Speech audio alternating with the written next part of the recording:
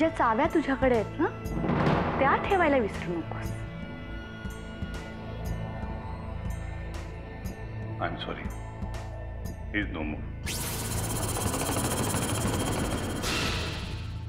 ज्याला जे करायचं होतं ते तो करून गेला. कोण? नरसिंह किल्लेदार. मला भीती वाटते माझ्या नशिबाची, कारण माझं नशीबच फाटका आहे रे.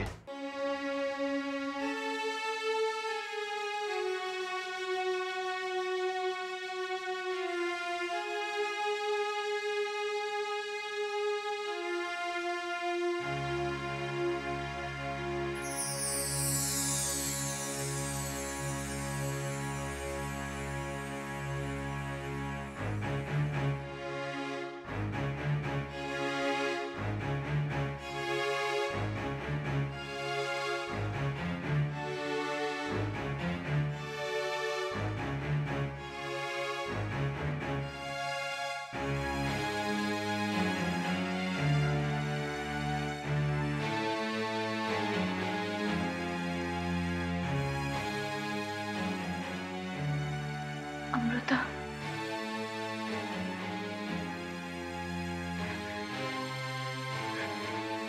पोलीस वामनदा त्यांना पोलीस चौकीत घेऊन गेलेत.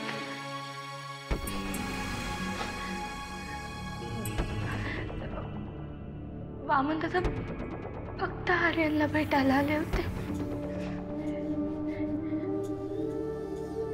बाकी कोणाचा विश्वास असो नसतो. मला चांगलं माहिती आहे वामनला त्यांनी काही नाही केलं.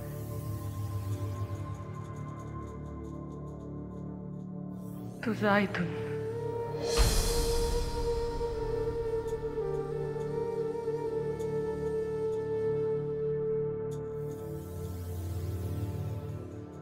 अमृता, जे घडलंय त्यात कोणाचाही दोष नाहीये.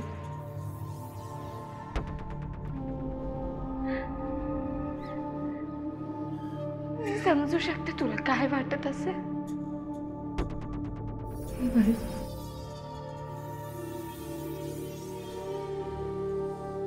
नाही समजू शकत जानकी. त्यामुळे तू जा इथून.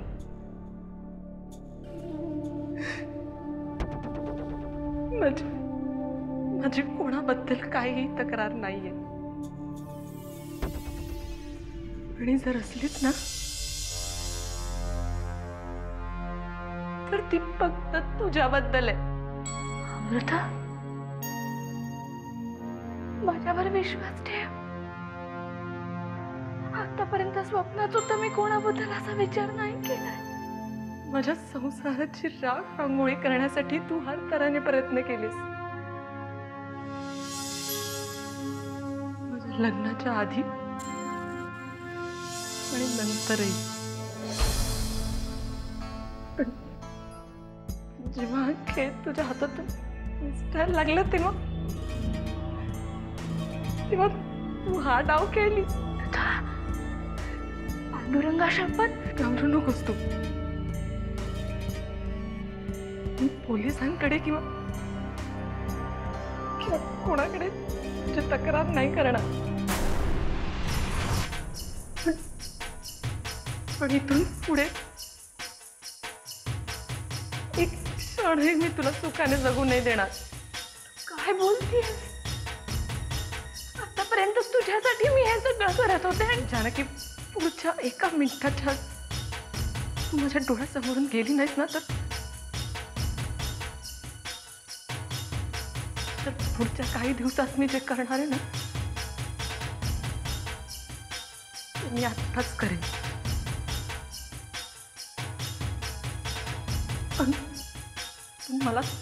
मला तुला एवढी सोपी शिक्षा नाही द्यायची. अमृता, तू जा ना इथून जानकी.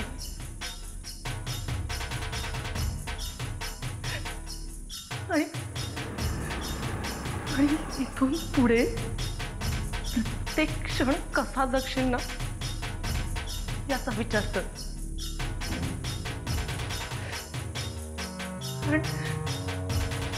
कारण मी तुला बर्बाद करणार आहे जानकी.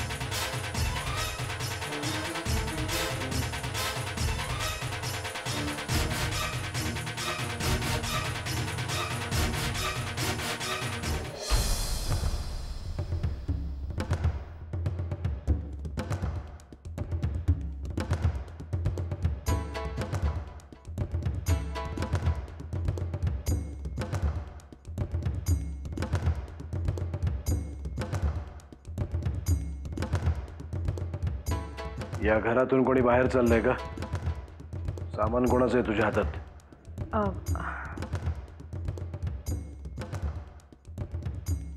हे माझंच सामान आहे. मी या घरातून बाहेर चालली आहे कायमची. मी या घरातून बाहेर जाण्यातच बऱ्याचशा लोकांच्या प्रश्नांची राधिका, माझी मानसिकता बरी नाही. स्पष्ट बोल, काय झालंय याची कल्पना आहे ना तुला?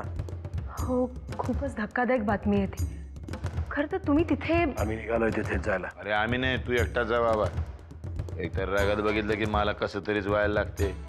नुसतं कोणी कोणाला टोचून बोललं तरी सहन होत नाही मला. बस परशू, काही वेळापूर्वी काय सांगितलं तुला लक्षात आहे ना? अरे चुकलं बाबा, चुकलं माझं. वहिनी, अरे बाबा चुकलं. वहिनी म्हणलं हे पण चुकलं. हा बाई चला. राधिका, आज चल तू. नरसिंहराव नको. आत्याबाईने मला आज संध्याकाळच्या आत घराबाहेर जायला सांगितलं. राधिका, या घरात तुला मी थांबवलंय, त्यामुळे बाहेर कधी जायचं हे सुद्धा मीच ठरवेन. चल आतमध्ये. परशू, बॅग घ्यायची. हा आणि पण दादा. परशू. नरसिंहराव प्लीज प्लीज मला जाऊ द्या. उगाच माझ्यामुळे तुमच्या घरात भांडणं नको. तुमच्या नाही, आपल्या. कारण आता या घराचे सदस्य आहेस तू. नुसती सदस्य नाही, सन्माननीय सदस्य. हिच्यामुळं दादा तुझ्या गळ्यामध्ये मंत्रीपदाची माळ पडणार आहे. परशो, अजून सामान नेलं नाहीस तू आतमध्ये? हा नेतो की.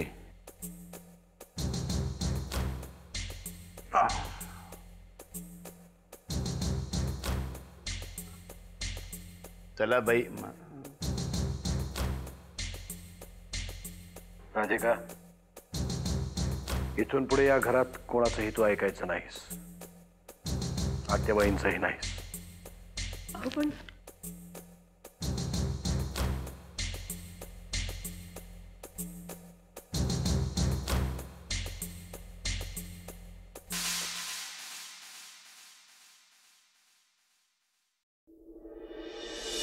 नाही म्हणजे आपण आता इकडे आलोय, मग काय हवंय तुला? आय मीन काय काय बघायचंय? मला मला मंगेशीचं दर्शन घ्यायचंय. अजून अजून इथले चर्चेस खूप छान आहेत, ते बघायचे. अजून अजून कसिनो बघायचंय. अजून अजून अजून नाही माहित. मग मी सांगू?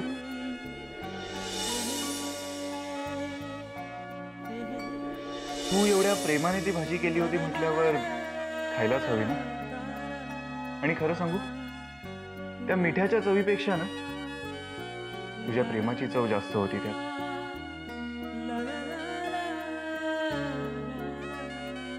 आर्यन, मी खरंच खूप लकी आहे की तू माझ्या आयुष्यात आहेस. I love you.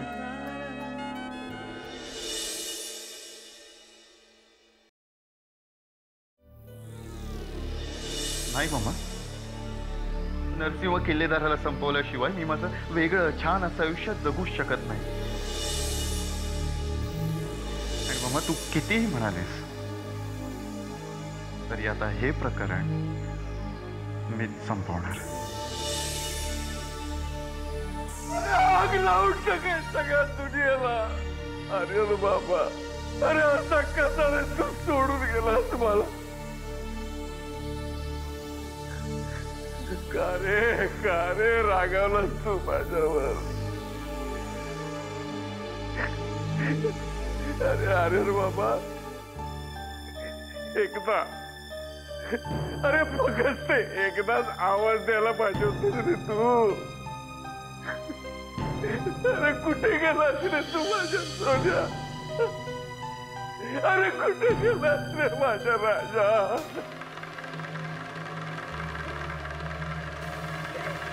आता कुठे शोधू रे मी तुला? कुठे शोधू? आता कसा रे सोडून गेला माझ्या सोन्या, माझ्या लेकरा?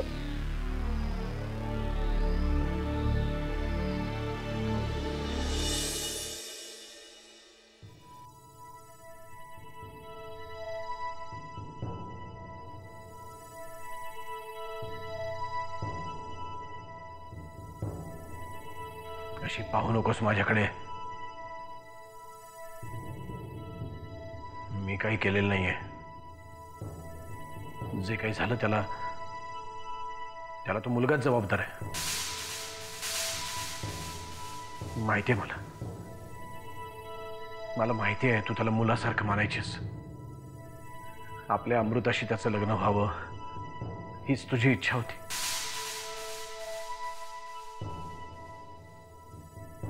पण मी सुद्धा त्याला अंगा खांद्यावर खेळवलंय. लहानाचं मोठं होताना पाहिलंय. पण त्याने जो खेळ मांडला होता त्याचा शेवट असाच होणार होता. माझ्या अमृताचं आयुष्य उद्ध्वस्त केलं त्याने. माझ्यापासून माझ्या जानकीला हिरावून घेतलं त्याने. मी खून नाही केला, न्याय केलाय. मी न्याय केलाय. मी मारलं नाही त्याला. त्याने त्याचा मृत्यू स्वतःवर ओढवून घेतलाय. त्याने स्वतःहून ओढवून घेतलाय त्याचा मृत्यू.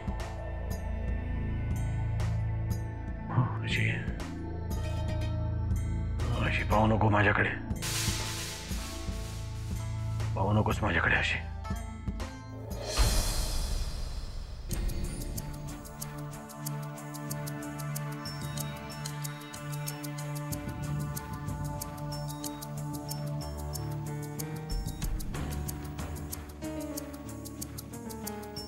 मला तुमच्याशी बोलायचं आहे आत्ताच्या आत्ता. तू काय आदेश देतेस का काय? आणि मी तुला यापूर्वीही सांगितलंय या खोलीत पुन्हा पाऊल ठेवू नकोस म्हणून. मी इथे आलीये कारण माझं बोलणं महत्वाचं आहे. निघ इथून. एक शब्दही ऐकून घेणार नाही मी तुझा. तुम्हाला ऐकून घ्यावं लागेल कारण तुम्ही आर्यनच्या खुन्यावर विश्वास ठेवताय आणि माझ्यावर नाही. आर्यनचा खुनी म्हणजे? मी आर्यनच्या खुन्याला पाहिलंय. हॉस्पिटलामध्ये मी परशुदादांना पाहिलंय. खोटी दाढी लावून आले होते ते. ती दाढी उतरवताना मी त्यांना पाहिलंय. डोकं ठिकाणावर आहे का तुझं? आणि त्या परशुनं काय घोडं मारले तुझं? का सारखे त्याच्यावर आरोप करतेस तू? मी वेडी नाहीये किंवा माझ्या डोक्यावर परिणाम सुद्धा झाला नाहीये. मी खरंच त्यांना तिकडे पाहिलंय. आजपर्यंत तू परशुवर कितीदा आरोप केलेस? त्यातले किती सिद्ध झाले? उलट दरवेळी तूच तोंड घशी पडलीस. आणि परशु त्या दिवशी दिवसभर माझ्याबरोबर दिल्लीला होता. तो माझ्याबरोबरच विमानातून दिल्लीला आला आणि दिल्लीहून परत सुद्धा माझ्याबरोबरच आला. हे कसं शक्य आहे? मी स्वतःच्या डोळ्यांनी त्यांना तिकडे पाहिलंय. मग जास्त शहाणपणा करू नकोस आणि त्या फालतू पोरासाठी माझ्या भावावर आरोप करू नकोस. बघतेस काय माझ्याकडे? निघ इथून. निघ.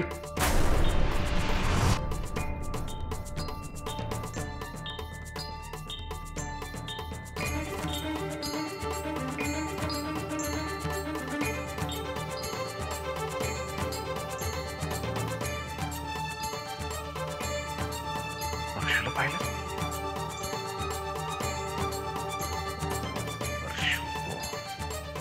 इनायकाच्या चितेवरचे निखारे मी अजूनपर्यंत धगधगत ठेवले होते माझ्या मनात. ती कधीतरी त्या नरसिंह किल्लेदाराला धडा शिकवावा, पण त्या नराधमानं त्या धगधगत्या निखाऱ्यावर माझ्या आर्यन बाबाची लाकडं रचली. ती लाकडं रचण्यात तुझाही हात आहे जना. होय होय, माझा हातभार आहे.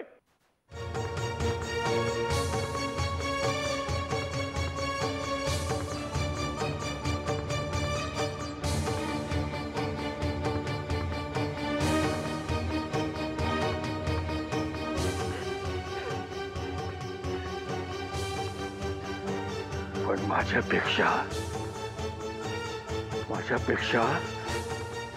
ह्या पोरीचा वाटा आहे माझ्या आर्यन बाबाला बरबाद करण्यात. हीच पांढऱ्या पायाने आली त्याच्या नशिबात. मला तर वाटतं ह्याच्या बापाचा खून करण्याआधी हिचा जीव घ्यावा. दादा,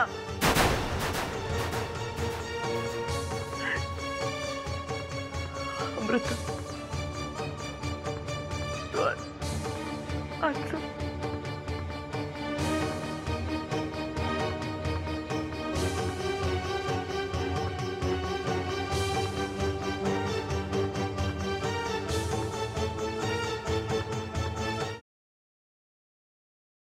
बंदरे आर्यन बाबा गेला ना, हिच्यामुळेच गेला. तू जना, तू अभिमन्यू केला माझ्या आर्यनचा. तू अभिमन्यू केला माझ्या आर्यनचा.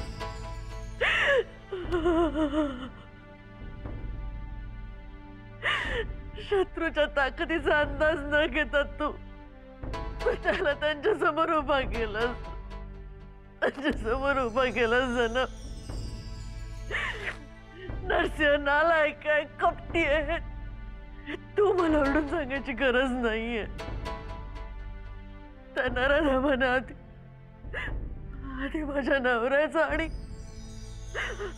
आता माझ्या पोटच्या गोळ्याचा जीव घेतलाय. संपून टाकलं रे सगळं, संपून टाकलं तरी संपून टाकलं. आणि म्हणूनच आता मला त्याला संपवायचं आहे. पण माझा आर्यन गेला ना जना. माझा आर्यन